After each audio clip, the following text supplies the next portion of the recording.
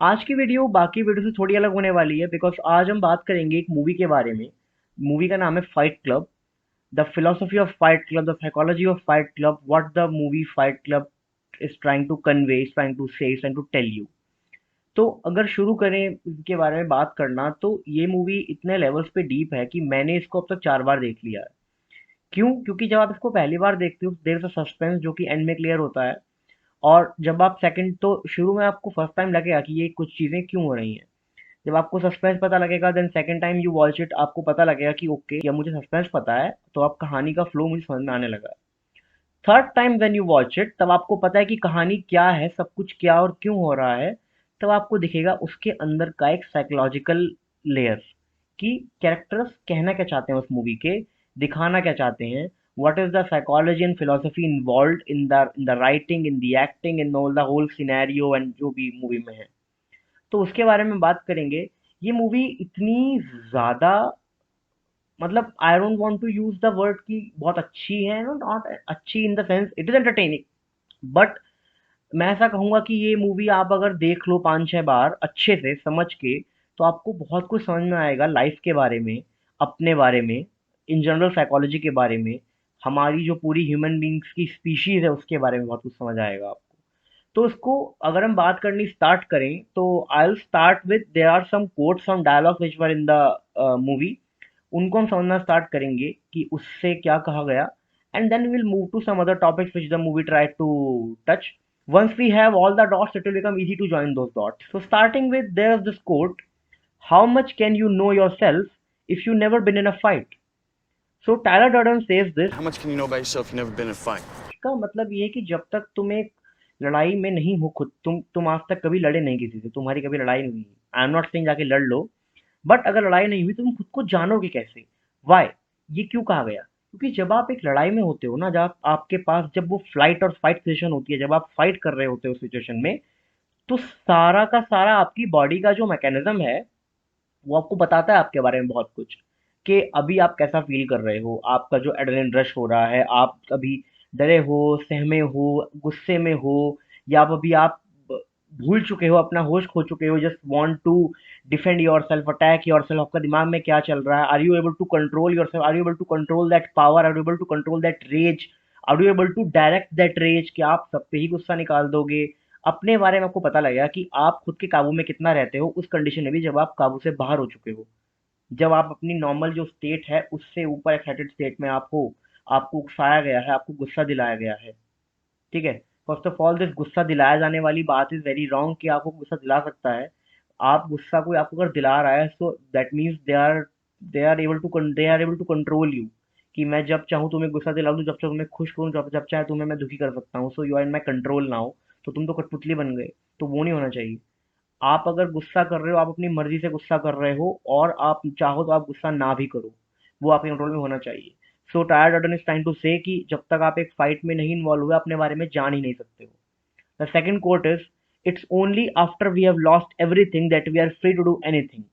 And इस movie में भी यही चीज दिखाई गई है। इस मूवी में बात करी गई है कैपिटलिज्म के बारे। Now we are touching upon the other aspects of movie while we are trying to understand these quotes and aphorisms whatever these are. तो बात करी गई है कैपिटलिज्म के ऊपर, इमैस्कुलेशन के ऊपर, मैस्कुलिनिटी के ऊपर।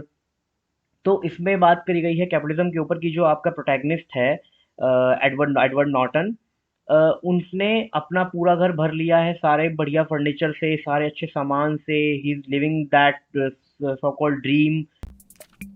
Like so many others, I had become a slave to the IKEA nesting instinct.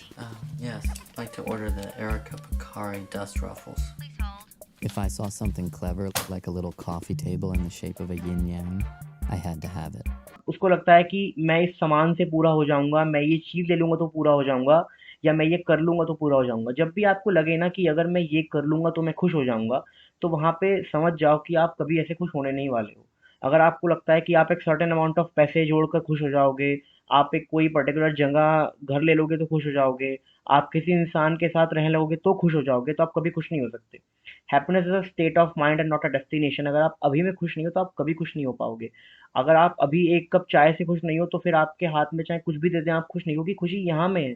खुशी उस सामान में है ही नहीं, खुशी उस एक्सपीरियंस में नहीं है, खुशी आपके पास अंदर है। अगर खुशी है तो है, अगर नहीं है तो बाकी सब भी आपको बेकार ही लगेगा। You will have no interest in other things अगर आप अपने यहाँ पे खुश नहीं हो। ठीक है, तो it is only after you have lost everything that you are free to do anything.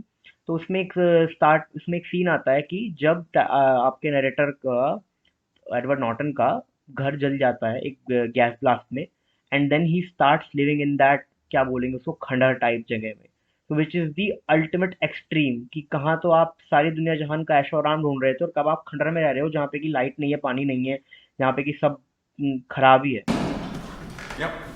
That's you. That's me. That's toilet. Good? Yeah, thanks.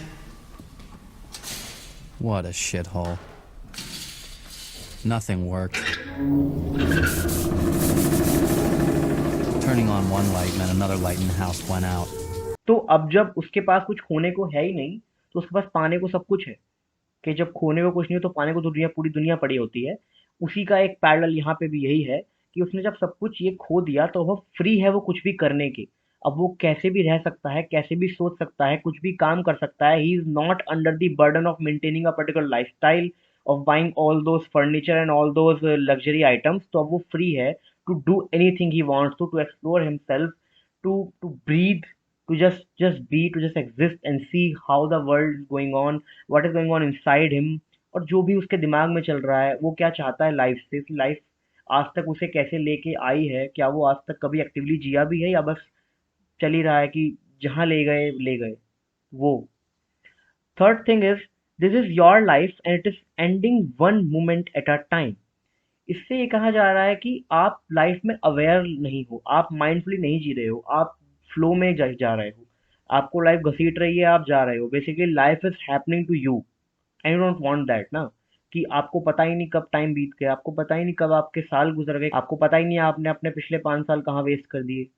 तो आपका एक एक मोमेंट जा रहा है, उसको पकड़ो और उसको जियो, उसको विलफुली जियो। कि अगर मैं समय वेस्ट कर रहा हूँ तो मुझे पता है मैं वेस्ट कर रहा हूँ, मैं विलिंगली वेस्ट कर रहा हूँ, I can stop at any moment. जहाँ मुझे पता है कि मैं वेस्ट कर रहा हूँ उसको, अब मुझे नहीं करना है, नहीं करना है, I am in full control. वो बात है यहाँ पे। सो टायलर डर्डन का एग्जैक्ट ऑपोजिट है आपका एडवर्ड नॉर्टन, जिसे ब्रैड पिट ने प्ले किया है। So if you have watched the movie you know कि जो टायलर डर्डन है वो एग्जैक्ट ऑपोजिट है, और वो एक इमेजिनरी किरदार है बनाया हुआ एडवर्ड नॉर्टन का। जो जो चीजें एडवर्ड नॉर्टन नहीं है, वो चीजें टायलर डर्डन है। एडवर्ड नॉर्टन डरा हुआ है, टायलर टायलर डर्डन डरा हुआ नहीं है। एडवर्ड नॉर्टन अपनी लाइफ अपने टर्म्स पे नहीं जी पा रहा है, टायलर डर्डन अपने लाइफ पे, अपने टर्म्स से अपनी लाइफ जी रहा है। एडवर्ड नॉर्टन को अगर हम कहें तो वो, उसका इमेस्कुलेशन हुआ जा चुका है, और टायलर डर्डन ओवर मेस्कुलिन है। Both of the extremes are wrong. ठीक है, वो मूवी में पता लग जाएगा देख के आपको। आपको अपनी लाइफ को कंट्रोल में रखना है, जैसे टायलर डर्डन रख रहा था। वो सिखा रहा था कि कैसे आप लाइफ को कंट्रोल में जी सकते हो, उसको सिखा रहा था एडवर्ड नॉर्टन को। बेसिकली टायलर डर्डन आया, एडवर्ड नॉर्टन को सिखाया कि देख तू क्या क्या गलती कर रहा था, और देख तुझे क्या क्या नहीं करना है, क्या क्या करना है। देख कैसे ये कंज्यूमरिज्म तुझे मार रहा है, देख कैसे तेरी लाइफ का सारा पर्पस केवल सामान इकट्ठा करने में चला गया है। देख कैसे तू अगर तेरी जॉब हटा दे, सामान हटा दे, तो कुछ है ही नहीं। देख कैसे तू लाइफ से भाग रहा है, कैसे तू एस्केप कर रहा है, कैसे तू पेन से डर रहा है। Pain which is the ultimate truth. एक सीन है मूवी में जहाँ पे एडवर्ड नॉर्टन को Brad Pitt, Tyler Durden pain के बारे में सिखाता है कि पेन तेरा सच्चा दोस्त है, don't try to escape it, don't try to look for your, क्या बोलते हैं उसको, कि दैट एनिमल, दैट क्रीचर जो आपको पीस दे रहा है ना, उसके लिए मत भागो। Without pain, without sacrifice, we would have nothing. I tried not to think of the word serum or flesh. Stop it! This is your pain. This is your burning hand. It's right here. I'm going to my cave. I'm going to my cave. I'm going to find my power animal. No! Don't deal with it the way those dead people do. Come on! पेन को accept करो, जिस हिसाब से तुम अपनी खुशी को एक्सेप्ट करते हो उसी तरह से अपने पेन को एक्सेप्ट करो। पेन इज रियल, और पेन एक ऐसी चीज है जो कभी जाएगी नहीं, हमेशा तुम्हारे साथ रहेगी किसी ना किसी फॉर्म में। तो वो तुम्हारा सच्चा साथी है, उससे भागो मत। उसे एक्सेप्ट नहीं करोगे तो वो ज्यादा दर्द देगी। उसे एक्सेप्ट कर लो पेन को, accept your pain and live through it and then learn what is it trying to teach you.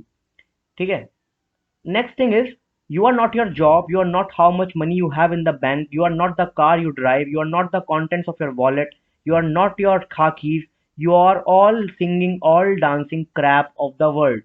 Basically यही बात इसमें कही गई है कि तुम अपने से जुड़ी हुई ये सब चीजें नहीं हो। तुम्हारी नौकरी, तुम्हारा सामान, तुम्हारा बैंक बैलेंस, तुम्हारा जो भी कपड़े, तुम्हारी सारी बढ़िया चीजें, तुम्हारी जो भी पोजेशंस हैं, वो तुम नहीं हो, वो सब तुम्हारे होने से हैं।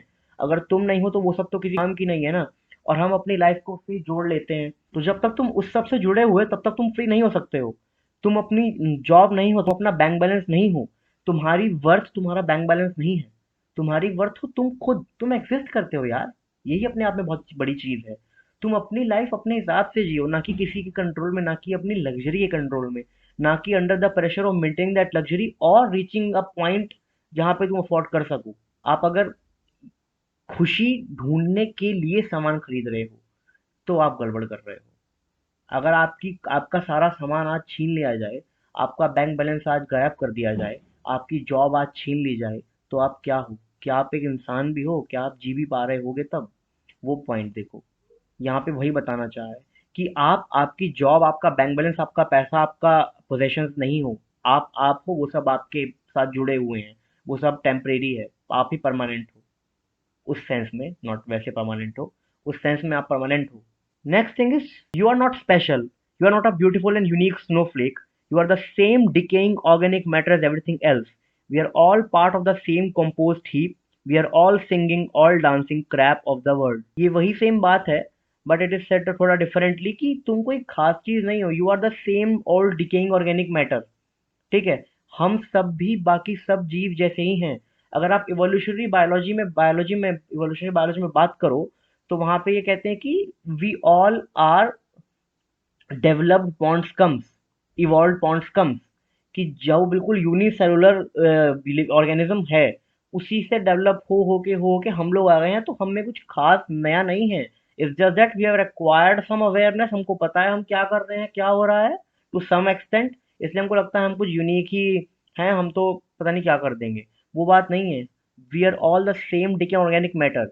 ये मूवी जहां आपको लगेगा कि आपको कोशिश कर रही है लाइफ को मीनिंगलेस बताने की, which is it is doing, but it is also showing you the way to live that life, कि कैसे जीना है। क्या फ्लो में जी जाना है, क्या सामान के साथ पोजेशंस के बोझ में जी जाना है, क्या अपनी आइडेंटिटी को सबसे जोड़ के जीना है, या फिर खुद में जीना है कि मैं अपने आप में क्या हूँ, मैं अपने आप को जानता हूँ कि नहीं जानता हूँ। वो सबसे बड़ी चीज मैटर करती है। तो इसलिए कहा गया कि हम कोई खास स्पेशल नहीं है। जैसे बाकी जीव वैसे हम हैं। हमारा पर्पस उतना ही जितना बाकियों का है, to maintain this ecosystem. That's it. So these were some of the quotes, and now coming to the some aspects of the movie, like उन्होंने कैपिटलिज्म पे बात करी है, उन्होंने कंज्यूमरिज्म पे बात करी है, कैसे आपको दिखाया जाता है कि जो ये सामान है वो कंप्लीट कर देगा आपको। This iPhone will complete your life, और this expensive luxury item will complete your life, और owning this car will complete you, owning this will make you happy. वो जो एडवर्टाइजमेंट्स ब्रांड्स के बनाए जाते हैं, वो इसी तरह से बनाए जाते हैं कि you crave that, and not only crave, you look up to them like कि हाँ यही तो कमी है मेरी लाइफ में, अगर ये आ जाएगा तो सब सॉर्टेड हो जाएगा। वो सॉर्टेड कभी होता नहीं दरअसल।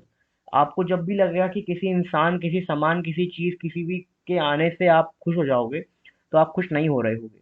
ठीक है?